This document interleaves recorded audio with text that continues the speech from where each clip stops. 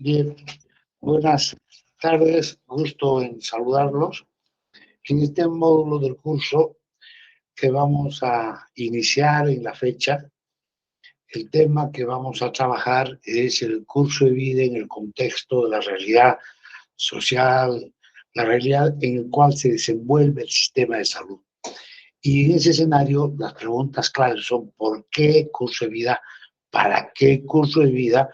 Si es que sabemos que estamos trabajando ya buena cantidad de años con el concepto de ciclo de vida o etapa de vida.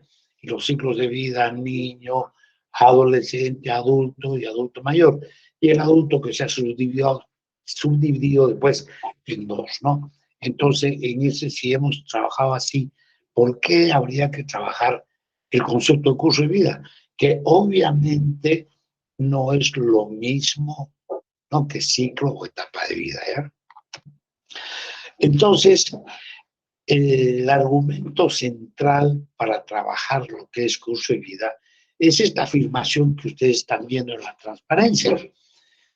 Las enfermedades no caen del cielo, no se distribuyen por azar, sino que están profundamente determinadas por la estructura social, política, económica en que la gente, las familias viven, ¿no?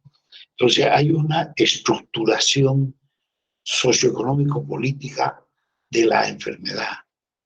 Y si esto es así, entonces, ¿no?, el deber de luchar por una ciudad más justa para mejorar la salud de todos se hace imprescindible. Se vuelve un deber. Luchar por una ciudad justa se vuelve un deber. ¿Por qué? Porque así se va a controlar el problema de la enfermedad, ¿no? Entonces, la salud pasa de ser un tema médico-biológico estricto a convertirse en un tema ético, un tema social, un tema político. Muy bien. Cuando se celebraron los 40 años de la declaración de Alma Ata, Rusia, sobre la atención primaria de la salud, se conformó en la Organización Mundial de la Salud una comisión para que evaluara qué había pasado en 40 años, ¿no?, con esta declaración. Y lo que esta comisión, que la presidió la expresidenta de Chile, Michelle Bachelet, afirma lo parecido, ¿no?, que la salud está determinada por los procesos sociales y culturales y por las dinámicas de poder. Por lo tanto, la salud está intrínsecamente relacionada con las dimensiones de los servicios básicos, con el bienestar. ¿Qué es un servicio básico? Agua, desagüe, luz, teléfono, bienestar, el acceso a la vivienda, a la educación, al trabajo decente, ¿no?, a la protección social, a la protección política. Eso es el escenario de la salud. Entonces, una agenda de reforma sanitaria exclusivamente sectorial, vale decir, orientada a la prestación de los servicios, a la prestación, ¿no?, vale decir, orientada a los hospitales, estrictamente, ¿no?, centrada en los servicios de atención médica, en la ampliación del aseguramiento, ¿no?, ha desplazado a la salud pública y a los procesos de determinación social de la salud como ejes estructurales de la respuesta del Estado a estos conceptos de salud, ¿no?, que estamos manejando. De manera tal que el problema es inmenso y la alternativa es diminuta, ¿no? Ahora, ¿el por qué es eso? Allí mismo está diciendo esta misma comisión cuál es la dificultad, el conflicto, cuál es el elemento central, ¿no? Y es obviamente la emergencia, lo que ha surgido, ¿no?, y se ha consolidado, que es el modelo económico, ¿no? Modelo económico que se impuso desde agosto de 1990 a la fecha. Ya tenemos 32 años de este modelo, que no se ha cambiado en absoluto en nada, ¿no? Modelo económico que prioriza el libre mercado y obviamente se basa en la globalización, en la expansión del sector privado, se mercantilizan las condiciones de vida, ¿no? Hay una urbanización extraordinaria, ¿no? Y consecuencia de todo esto es el deterioro del ambiente, se incluye el cambio climático, hay grandes desigualdades económicas, la exclusión social, el desplazamiento forzado de la población se impone, ¿no? Entonces, ese es el tema. Entonces, ¿por qué curso de vida? Porque depende de la persona, tiene capacidades y competencias. Para desplegar sus capacidades y competencias debe estar sano, ¿no es cierto? Entonces, para desarrollarse una persona tiene que desplegar sus capacidades cognitivas, instrumentales, actitudinales, tiene que desplegar. Entonces, hasta eso, para hacer eso tiene que estar sano. Y entonces, haciendo eso va a tener calidad de vida. Entonces, la salud es una raíz de la calidad de vida. Entonces, si es así, ¿cómo construimos el objeto salud? ¿Cómo pensamos el objeto? Si es una ciencia, la ciencia, entre comillas, se define por su objeto, ¿no? Entonces, su objeto es que el cuerpo humano, su objeto es la salud del cuerpo, ¿no? Entonces, ¿cómo se construyen los servicios en la formación de los profesionales y de los técnicos de la salud? El objeto de las profesiones de la salud, ¿cómo se construye? Entonces, se lo construye de una manera tal que ahí tiene 7 caracterizaciones, ¿no? Uno de ellos es, primero, el más importante, el modelo médico reparativo. Entonces, la salud, el objeto, ¿no? Salud se construye en función al cuerpo de la persona.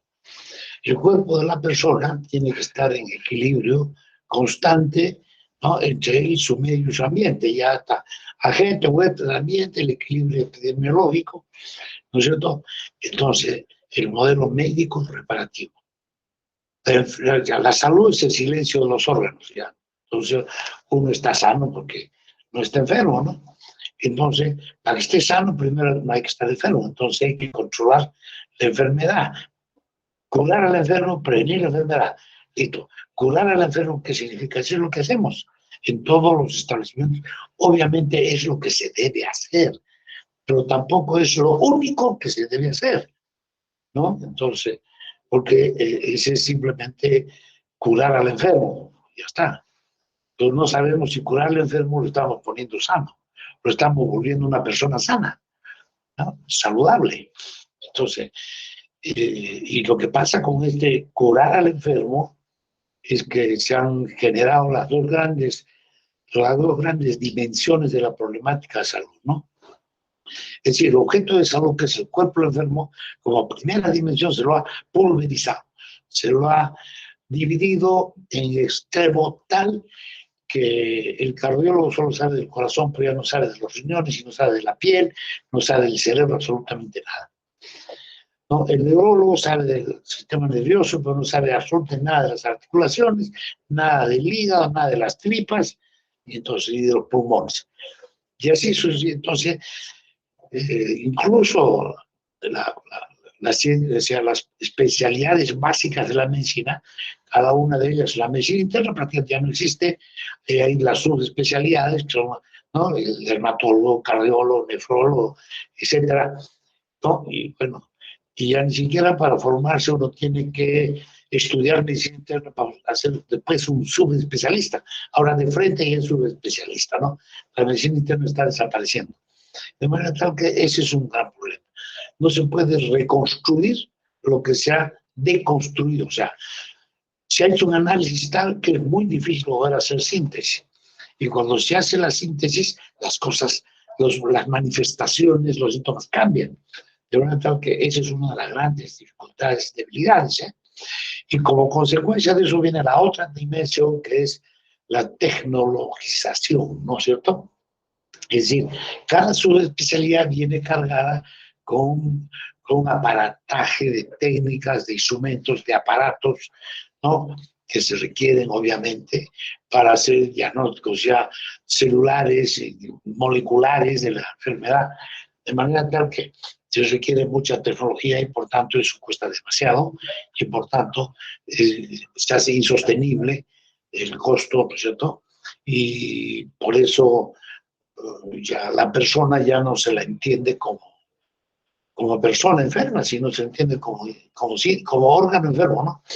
Y además, al ser un enfermo y para reconstruir, el cardiólogo necesita al nefrólogo, el nefrólogo necesita al endocrinólogo, necesita al neurólogo y necesita, si tiene un sistema, al dermatólogo. De manera tal que la canción, ¿no? Y cada uno opina y cada uno con sus propias técnicas, sus propios instrumentos de diagnóstico, de manera tal que se hace un pandemonio, ¿no? El costo es increíble. Y bueno, antes se diagnosticaba a la persona diabética en una semana, ¿no? Ahora se diagnostica, bueno, pues de mucho más tiempo y con mucho más costo, ¿no? Y además de ello, el común denominador de todo esto es que la sociedad pide más especialistas, más tecnología. Y con eso no se construye una persona sana, sino simplemente se trabaja sobre un enfermo, siempre enfermo, enfermo y enfermo siempre, ¿no? Por lo menos cuando es crónico, ¿no? Ya. Entonces, es la primera característica. ¿Ya? Entonces, eso amerita el concepto de ciclo de vida, no el concepto de curso de vida. El enfoque positivista funcionalista es el otro. El enfoque dice que para entender el cuerpo así, subdividir, etcétera, tenemos las leyes de la naturaleza, ¿no? Las leyes de la naturaleza son las leyes, obviamente, de la biología, por tanto, son las leyes que se explican por qué existe una enfermedad, ¿no? Tiene el efecto de causa-efecto, y entonces esas leyes son independientes de la voluntad, por tanto, frente al enfermo, el médico no puede intervenir con su voluntad, sino haciendo caso de estas leyes, ¿no? Leyes de la naturaleza. Y además de ello, para entender estas leyes tenemos que hacer uso del método, ¿no? De la ciencia, que es el método que usa las leyes naturales, ¿no? Las leyes, la física, la química, el mismo método científico se usa también para entender la enfermedad, porque la enfermedad es un tema básicamente biológico, que dice ese tipo de leyes, y ya, entonces, las leyes de la física y la química ¿no? aplicamos al entendimiento de la enfermedad también. De verdad que es un enfoque positivista, funcionalista, ajeno a la voluntad de las personas, ¿no? Eso funciona independientemente de lo que uno quisiera, ¿no? Entonces, por tanto, las cosas son objetivas y el médico sujeto no tiene más nada que hacer que entender al enfermo objeto como es, ¿no es cierto? Ese es otro gran problema, porque en la enfermedad hay mucho componente social, cultural, demasiado, que este método de las leyes de la física no lo abarca, no lo comprende. ¿Ya? Entonces, de todas maneras, no es un tema integral, holístico, ¿no? De lo que sucede con una persona enferma, que no solo es biología, también es sociedad, también es cultura, y también es un sujeto trascendente, un sujeto que se angustia, que piensa, ¿no? Y si nadie le explica su enfermedad, o se puede angustiar, ¿no? En fin. Entonces, ese es el segundo escenario. El otro es el abismo entre la formación académica y su currículum y planes de estudio y la práctica en los servicios de salud, ¿no? Vemos cada vez más con alarma el desajuste que hay entre los profesionales de salud que hacen el salud y la realidad de los servicios, ¿no? Es decir, ya la formación clínica, incluso la clínica, está siendo minusvalorada, ¿no? Minusvalorada en función de la técnica, ¿no? Ya. La visión utilitarista y sesgada del trabajo en equipo es clarísimo. El equipo, el médico es el jefe del equipo, no sé por qué. En procesos pedagógicos tradicionales, la memoria y el conformismo progresista. Así se enseña, así se aprende primaria, secundaria, la universidad es lo mismo, no es la educación bancaria. El profesor sabe, el alumno no sabe, tiene que aprender y debe morir, para eso toma exámenes y cosas, ¿no? Lo político nacional subordinado inapropiadamente a lo burocrático, tecnocrático, multilateral. O sea, quien decide qué es lo que se hace, etcétera, son los técnicos del Banco Mundial, del Banco Interamericano de Desarrollo, los técnicos que contratan las agencias como el AID de Norteamérica o la Organización Panamericana de la Salud. Bueno, y eso es, y hay evidencias obvias sobre este tema, ¿no?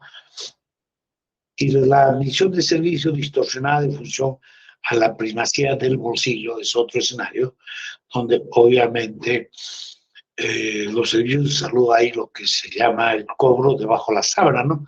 Y eso es, existe, yo lo he visto y nadie lo puede negar, ¿no? Incluso me acaban de decir en la mañana de hoy que hay casos en los que el médico que necesita que a una joven se le haga una operación de la rodilla, un traumatólogo, y manda a comprar clavos, etcétera, y ¿dónde los hace comprar? En su tienda. No, vayan a comprar ahí, es el dueño, es el propio médico traumatólogo que está vendiendo los clavos y cosas, ¿no? Entonces el problema central para nosotros es la actitud, ¿ya? Se potencia el yo primero, yo segundo, yo tercero. El paradigma del éxito contemporáneo es el dinero, ¿no? Se quiere tener dinero y ahí estamos. Y obviamente nos damos cuenta de que hay hechos, situaciones de alarma que nos parecen cuestionables, pero nosotros somos indiferentes, pasivos, ¿no? Ese no es mi problema. Problema del gobernador de la región, del presidente, del ministro. No hay problema de Dios, finalmente no nos interesa, ¿no? Yo voy a lo mío, es una actitud de indiferencia, nos interesa solo el dinero y primero soy yo y después soy yo. Y aquí, pues, leyendo últimamente a James Joyce, Ulises, una novela que cuando era estudiante de medicina no la podía entender, ahora la estoy volviendo, no la entendí, la dejé, ahora estoy volviendo a leer y mire lo que he encontrado. Dice el protagonista, hablo el idioma de una raza que tiene como el sumo, o sea, la esencia, ¿no? La columna vertebral de su mentalidad, la máxima es la ley que uno mismo se da. El tiempo es dinero, dominación material. ¿Dónde está la espiritualidad? Se pregunta, ¿no? Y entonces son los hechos visibles, no lo voy a detallar ahora. Socialmente se están deslegitimando las profesiones y los profesionales, ¿no? Cada vez la gente ya tiene menos respeto a los profesionales, ¿ya? Se pierde la visión de conjunto de las cosas, se mide el árbol, la corteza, pero ya no el bosque. Conocimientos y destrezas alquiladas son los mercenarios de la salud pública que yo llamo, que teniendo una concepción, impresión clara de lo que se debe hacer, los contratos del Banco Mundial les paga muy bien y van a decir lo que el Banco Mundial quiere que digan, que no hay problema, que así se resuelven los asuntos, mientras no, la marginalidad sigue, el modelo biológico sigue, siguen ganando las industrias, la industria del equipo médico, la industria farmacéutica, ¿no? Los profesionales se robotizan cada vez más y obviamente la miseria ética y moral se agiganta y se agiganta, ¿no?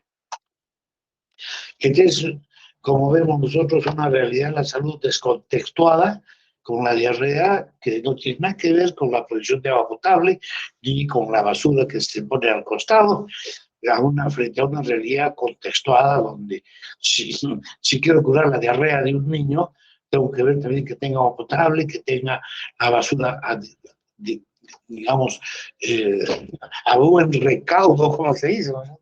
Etcétera, etcétera. Hay que tener una buena vivienda y la familia tenga un buen trabajo, ¿no? Eso es, ¿ya? Entonces, el dilema del dolor significa John Bernard Shaw. El microbio característico de una enfermedad bien podría ser un síntoma y no una causa. Irónico, ¿no? Bueno, no sé quién la captará usted, pero es una ironía extraordinaria. Y aquí tenemos lo que cuando era director en Puno, hace 25 años, yo pensaba así, el Ministerio de Salud es una persona con una cabeza cuadrada, un cerebro cuadriculado, produce ideas solo cuadradas, no tiene ojos para mirar, no tiene nariz para oler, no tiene orejas para escuchar, no tiene tronco y extremidades o palos quietos porque no tiene corazón, no tiene sentimiento, pero sí tiene una boca muy grande porque habla, dice yo soy el mejor, ¿no? Es Alan García, ¿ya? Y obviamente lo que yo diría desde un excelente burócrata como yo, un cuerpo amorfo de dirección y abajo todo mi centro de salud, sálvese quien puede. Ahora, mira, siglo pasado. Presente siglo, si está peor todavía, porque ahora quien está así más monstruoso es el Ministerio de Economía y Finanzas, que aplasta a todo el mundo, ¿no? A la PCM, al MIDIS, y el Ministerio de Salud está el queso ahí abajito, totalmente insignificante, ¿no? Entonces, el curso de vida surge para dar respuesta a eso, pero dando respuesta a eso, a toda esa desgracia, ¿no? Porque lo que tenemos que hacer los servicios de salud, no, pues no solo curar, prevenir enfermedades, sino tenemos que hacer cosas que hagan que una persona, una familia, esté sana. Y para estar sano no tengo que prevenir su enfermedad. Obviamente que no, pero eso no es mi misión principal. Mi misión principal es que esté sano. ¿Cómo hago para que esté sana una persona? A ver, ¿qué hago? Entonces, pero tengo que decir que es una persona sana. Que tiene equilibrio entre cuerpo y mente, no que está ajustado a su entorno físico, social, controla la actividad física y mental, etc. Tiene una actitud alegre hacia la vida y acepta optimistamente las responsabilidades que impone la vida. Y la mañana he tenido una reunión con personal de la oficina del CIS acá, y ninguna tiene actitud alegre hacia la vida, ni acepta optimistamente el resto. Están sanas, no, su cuerpo no tiene ninguna enfermedad, pero están enfermas, porque no tienen actitud alegre. Era en cualquier responsabilidad, no me toca a mí que a otro, y se dan lavando la mano, la otra mano, etcétera. Y al final, no sé qué hará, pero lo que hace nomás, ¿no? Entonces, eso es un problema, ¿eh? Cuerpo saludable, dice acá, alta calidad de relaciones personales, sentido y propósito de vida, autocontrol, las tareas de la vida, resistencia al estrés, trauma y cambios, ¿no? Eso es. Autocontrol, las tareas, esa es la persona sana. Acá nadie está sano porque siempre hace las cosas que el Ministerio de Salud le ordena y con lo que ni siquiera está de acuerdo. Y le parece una tontería hacerlo y sin embargo lo hace y lo hace y lo hace y lo hace. Y entonces, pues, termina amargado y amargado. Y una persona amargada y está sana. El curso de vida, ¿no? ¿Cuál es su finalidad? Dice, ¿para qué sirve? Ahí está, nos dice cuáles son los factores, nos dan respuesta a eso, ¿no? ¿Cuáles son los factores que influyen en la capacidad de los individuos o la capacidad de las poblaciones para alcanzar su máximo potencial para la salud y el bienestar? Ese es el concepto central y eje del curso de vida. Y obviamente nos va a decir también por qué persisten las disparidades de salud entre distintos grupos de población, ¿no? Hay una mejora de las tasas de incidencia, prevalencia de las enfermedades, pero siguen las polaridades, las diferencias, ¿no? Entre grupos de población. Curso de vida, entonces se opone a expresiones como ciclo de vida. A veces se confunde curso de vida con ciclo de vida por las traducciones en el español, dice, ¿no? Esa oposición deviene o es consecuencia de la consideración del ciclo a la manera del ciclo biológico. El ciclo de vida es un ciclo biológico. Nace, crece, se reproduce, no declina y muere. ¿Qué es un ser vivo? Un ser vivo es aquel que, desde la primaria creo que tenemos este concepto, ¿no? ¿Qué es un ser vivo? Aquel que nace, crece, se reproduce y después muere, ¿no? Ya está. Eso es biología pura. Una vez me preguntaban, ¿qué es la vida entonces? Ya, ¿no? Un ser vivo, ¿no? No, ¿qué es un ser vivo también? ¿Qué es la vida? ¿No? Es la relación de la conciencia con otras conciencias hace vivir. Bueno, pues la vida es una relación de conciencias. El paradigma del curso de vida ha intentado alejarse de este modelo de ciclo de vida. ¿Ya? ¿Por qué? Porque este modelo es simplista, es ajeno a lo propio, a la esencia de lo que es el ser humano. El ser humano, ¿en qué es su esencia? En su carácter psicológico, en su carácter social, su carácter histórico, no puramente biológico. ¿Ya? Sobre esto podemos hablar muchísimo nosotros, pero en fin, aquí estamos. ¿Ya?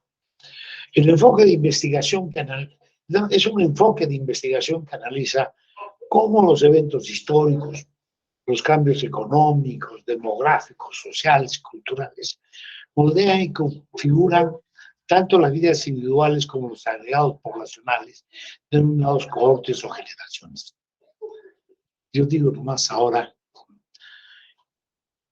¿cómo será esa corte de niños, o sea, los niños, digamos, de quintiles, ¿no? 4 y 5 de pobreza, ¿ah?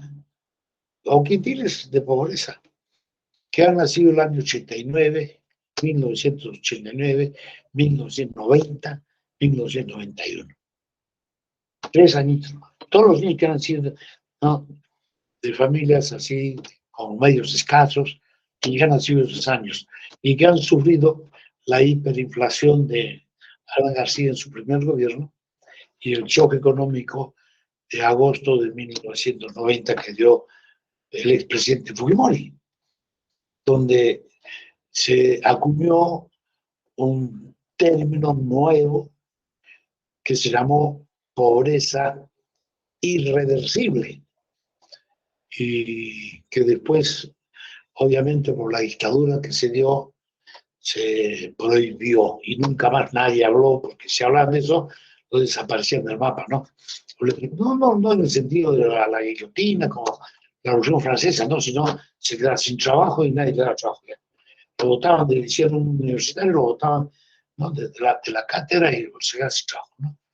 Lo acusaban de senderista y se acabó, ¿no? Esa es como la manera blanda de crecer la dictadura, ¿no?, que ha habido en esos años, ¿eh? Eso es, ¿no? Entonces, esos niños ahora tienen, ¿cuánto? 30 años, ¿no? 29, 30, 30 años. ¿Qué será eso? ¿No? ¿Sabemos? Ahora si anémicos, de bajo peso al nacer. ¿Ah? Constituye una plataforma útil para el estudio de los nexos que existen entre las vidas individuales y el cambio social. Y replantea preguntas al investigador. O sea, fortalece y protege el derecho a la salud en términos de trayectorias y patrones sociales y culturales en vez de cadenas causales. Son nuevos focos de investigación, ¿ya?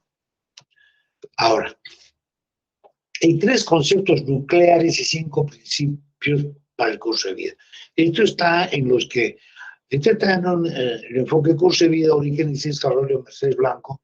Esta revista la estoy poniendo en su bibliografía, es una lectura obligada que deben tener, ¿no? Es una lectura obligada que deben tener junto con otro que es de un doctor Parodi, que es otra lectura obligada sobre este tema. Son 2 lecturas obligadas y para que vean cómo yo he resumido todo lo que me ha parecido del curso de vida en 1 hoja y media, que es un trabajo que cuando estaba en curso en la Escuela de Salud Pública pidieron que se haga individual, yo hice y después nunca me respondieron nada tampoco, pero para que tengan como ejemplo cómo he sintetizado en 2 hojas prácticamente mi postura sobre lo que es el curso de vida, ¿no? ¿Ya?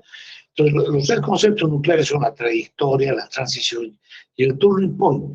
Trayectoria quiere decir que es la biografía, es lo que le pasa a un sujeto y a su familia desde que nace hasta que muere.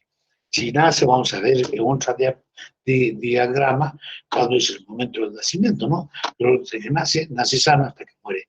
Muere, yo digo, muere activo ya. Entonces, es su trayectoria. Entonces, toda la trayectoria es lo que vale, ¿eh? La transición, en esa trayectoria hay momentos en que cambian las situaciones y los hechos, cambian sus condiciones para estar sano o estar enfermo. Y el turning point, que en esos cambios hay hechos significativos, importantes, trascendentes que dejan marca. Ese es turning point. Entonces, esos son los conceptos nucleares del curso de vida.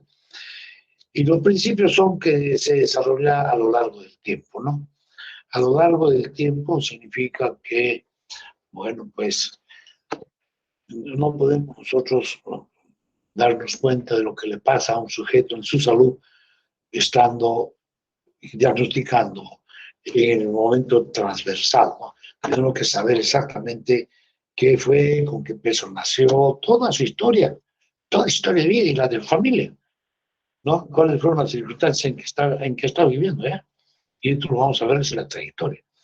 Y además tiene que ser en tiempo y lugar, ¿no? Tiempo y lugar, ¿qué significa? Que no es lo mismo pues Arequipa que lo que está pasando en Loreto, ¿no? O está pasando, bueno, pues en Qatar, digamos, ahorita o en cualquier otro sitio del mundo, ¿no? Las características sociales, culturales, geográficas no son las mismas, pues. Entonces, el curso de vida tiene su conexión con el tiempo y con el espacio como lugar, ¿no? El libre albedrío, ¿qué significa? La trayectoria, a lo largo del tiempo, es mi biografía, que yo parece que tengo un destino que seguir, el destino de mi familia, pero tengo mi libre albedrío, sí. La estructura, la clase social de que nací, en los colegios que estudié, la universidad que fui, o los trabajos que tuve, me marcan, me condicionan, ¿no? Mi estar sano, mi estar enfermo. Yo tengo un libre albedrío, puedo decidir, sí, pero sin salir tampoco de esta estructura, ¿no? Que me aplasta, ¿no es cierto? Entonces, el libre albedrío, ¿ya? Y las vidas interconectadas significa que uno nunca está solo, ¿no? Tiene relación siempre con otras personas, ¿ya? Y el teaming es lo excepcional, lo que es, digamos, significativo. Vamos a ver lo significativo, ¿ok? Entonces, ejes conceptuales, aquí está. Trayectoria, ¿qué es? Recorrido que realice un ser humano por los diferentes roles o dominios, ¿no? Trabajo, escolaridad, vida conyugal, migración. Se envuelve, ¿no? Sin que esto implique una velocidad, una secuencia particular o predeterminada, ¿no? Es su relación con otros individuos, es el estudio de lo que conforma, no, lo que la sociedad le ha dado y ha conformado de una persona al final, lo que es en su cuerpo, en su mente, en su espíritu, ¿no? La transición, cambios de estado, posición o situación de un individuo en un momento determinado, en una trayectoria. Esto, de hecho, esta situación no está predeterminada ni necesariamente es previsible, ¿no? Implica, obviamente, libre albedrío, ¿no? Un proceso de adaptación del ser humano a los cambios, ¿no? Pues acá es importante saber, ¿no? Está soltero, casado, ¿no? Sí, hay que saber, ¿no? Ya. Los efectos acumulativos, ¿no? Hay procesos de crecimiento, maduración y también procesos de pérdida, ¿no? Ganancias y pérdidas para el estar sano, ¿no es cierto? O estar enfermo, ¿eh? Esos son acumulativos. La oportunidad es un hecho, una situación que está visible, que me permite mi cuerpo más sano, con mi mente más sana, ¿no? Con mi trascendencia saludable, una oportunidad óptima para la introducción de respuestas que permiten a las personas desarrollar ciertas características, conductas, habilidades, capacidades que repercuten en los resultados de su salud, ¿no? En las etapas futuras de su desarrollo, ¿no? Son los 2 primeros años de vida, son claves para esto, ¿ya? Y los momentos significativos o sucesos vitales son oportunidades de desarrollo de las personas, eventos que provocan fuertes modificaciones traducidas en cambios drásticos del curso de vida. Yo digo, lo que deja huella, ¿ya? Lo que uno no puede olvidar. Yo recuerdo cosas a la edad que tengo de lo que me ha pasado en la secundaria, de lo que me ha pasado cuando me casé, en fin, que me han moldeado y me han cambiado mi manera de ser, ¿no? ¿Ok? Esos son momentos significativos, ¿no? Entonces, hay momentos muy significativos en la vida de una persona, como vamos a verlo ahora, ¿ya? Y estos son lo que dice la OPS, ¿no? Rescata los momentos significativos, los procesos acumulativos. Acá tienen un ejemplo de un estudio de cohorte de Inglaterra, donde estamos viendo que los niños que bajan, que tienen bajo peso de nacimiento, bajo peso 5.5 libras, tienen cuando son adultos, ¿no? ¿No? Tensiones arteriales, o sea, la presión arterial muy alta. O sea, bajo peso al nacer, presión arterial alta cuando uno es mayor, ¿no? Prevalencia de diabetes tipo 2, intolerancia a la glucosa. Los niños que tienen bajo peso al nacer, prevalencia de diabetes mayor, intolerancia a la glucosa cuando son adultos, ¿no? Igual mujeres, índice de masa corporal en adultos sobre el síndrome metabólico en mujeres. Bajo peso al nacer, mayor probabilidad de síndrome metabólico, no, obesidad, cuando uno es ya mayor, ¿no? Y eso, fíjense, entonces bajo peso al nacer es importante. Y acá tenemos nosotros 4 consideraciones para ver lo significativo que puede ser la comunicación para el cambio social, ¿ya? Entonces, esta es nuestra propuesta. Nacer sano, morir activo. Es una flecha que va así, dura toda una vida. Nacer sano no se sabe, yo he puesto acá, cuando tienes, ¿no? Sales del claustro materno, ya tienes 9 meses de viejo, ¿no es cierto? 9 meses de viejo, ser sano, ¿no? ¿Ya? Entonces, uno nace sano, no sabemos si en el momento que el espermatozoide fecunda el óvulo o cuando el óvulo fecundado se implanta en el endometrio de la mujer o cuando ya el niñito es expulsado, ¿no? Con el último pujo de la madre, ¿no? O mediante la cesárea.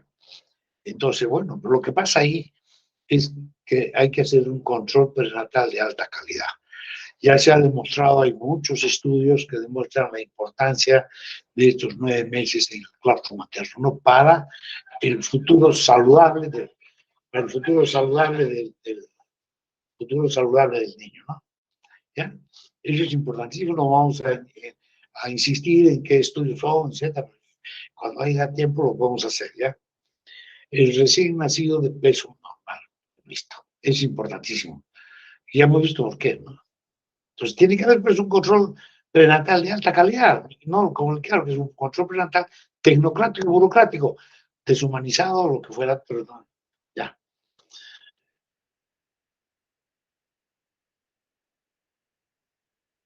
¿Qué es la madre suficientemente buena? Hay un pediatra canadiense, Winnipeg, que dice que la madre suficientemente buena es aquella que hace posible que sus hijos recién nacidos, cuando sean adolescentes, tengan un equilibrio entre su mente y su cuerpo.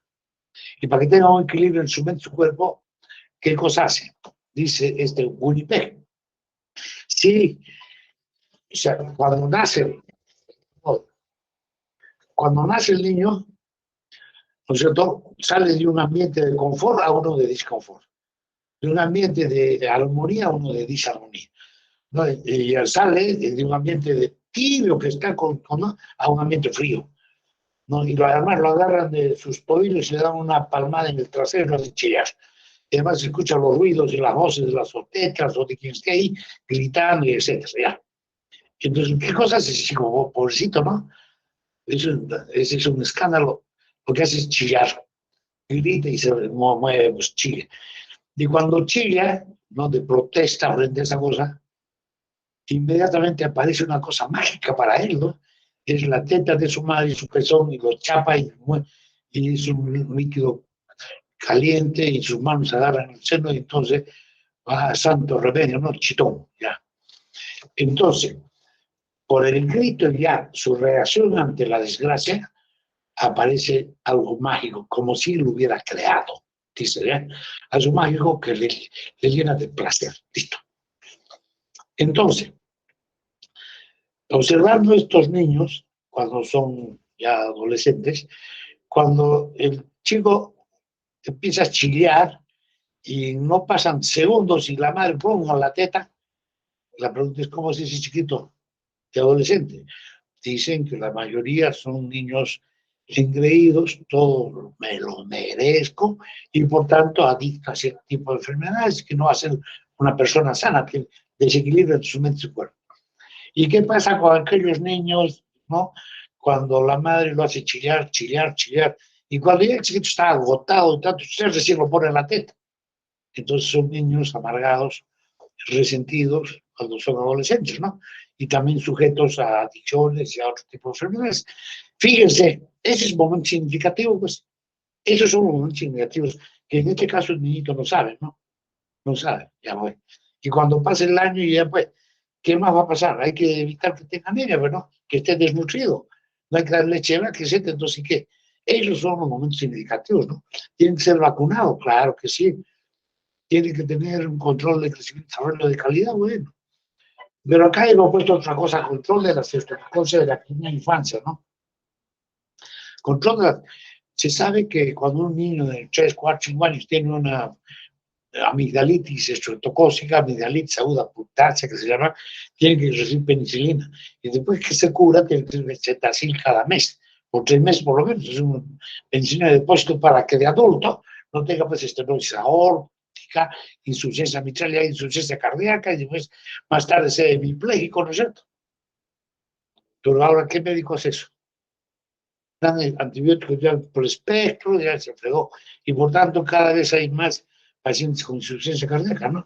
Entonces, miren, si hiciéramos eso nomás, tendría menos diabetes, hipertensos, menos obesos, menos trastornos del comportamiento, menos insuficiencia cardíaca congestiva, menos enfermedad hipertensiva del embarazo, menos muerte materna indirecta, mejor rendimiento escolar, obviamente, pero además tendríamos haciendo ejercicio, alimentación, sueño, alegría al vivir, ¿no? Claro, ¿no? Pero desplegando nuestras capacidades y ejerciendo el derecho a la salud, estando y siendo sanos, ¿no? En un escenario de la atención preconcepcional, acción preconcepcional. Entonces sí, vamos a morir activos. Yo no puedo hacer ejercicio, bueno, porque voy a hacer una bicicleta porque promoción de la salud organizada, ¿no? Una vez al año, qué chistoso. Cuando la gente no tiene bicicleta, cuando la gente no sabe, no tenemos la cultura de manejar la bicicleta, ¿no? Y entonces, pues, ¿qué cosa nos gusta hacer para hacer saludarse, ejercicio, no? No, ya están floreciendo ahora los gimnasios, ¿no? Pero los gimnasios para que tienen plata, ¿ve? Para que tienen que gastar de 150 soles al mes, mucha gente no puede, ¿no? Entonces, ¿qué tipo de ejercicio hay que hacer, no? Bueno, pues en puro, por lo menos, cuando yo bailaba y hablaba toda la noche, ¿no? Ya era mi ejercicio, ¿ya? En fin, ya. La alimentación, ¿qué alimentación tenemos ahora? ¿No es cierto? Bueno, en fin. Entonces, ¿cómo se organiza un servicio de salud para hacer que las personas sean sanas? Primero tienes planeación de base. Bueno, sobre esto tendríamos que hacer otro curso, ¿no? Sistema de vigilancia comunitaria, otro curso. Sistema de seguridad alimentaria, información para la acción y educación para el cambio, para acción comunitaria, acción intersectorial, descentralización. Tendríamos menos hemipléjicos, menos, ¿no?, insuficiencia renal crónica, menos ciegos, menos tuberculosis, mejor salud mental. Este es curso de vida. ¿Dónde está acá? Todas las tonterías que nos hacen hacer, bueno, tonterías no, pero que no son significativas, ¿ves? Por eso digo tonterías, ¿no? Para el niño, para la adolescente, por esto, ¿no? Muy bien. Esto es lo que es el concepto del curso de vida, ¿eh? Entonces, Miguel Dios te dice, las señales del descuido del alma son hoy ostensibles y se propagan con la luminosidad de la cultura del espectáculo. A la persistencia de la injusticia, del irracional crecimiento económico o del colapso del medio ambiente se suma ahora en el mundo entero el incremento de la intolerancia, la parodia de un orden político mundial y la clamorosa expansión de la corrupción. Miguel Yuste, filósofo peruano, en su libro que frases y extravíos, de ahí sacado esta frase que me parece oportuna, ¿no? Muy bien, gracias. No se olviden que para este módulo tienen dos bibliografías que tienen que leer, están ahí en el módulo, y un ensayo que yo he hecho de 2 páginas sobre este tema, ¿ya? Muy bien, muchísimas gracias, hasta otra oportunidad.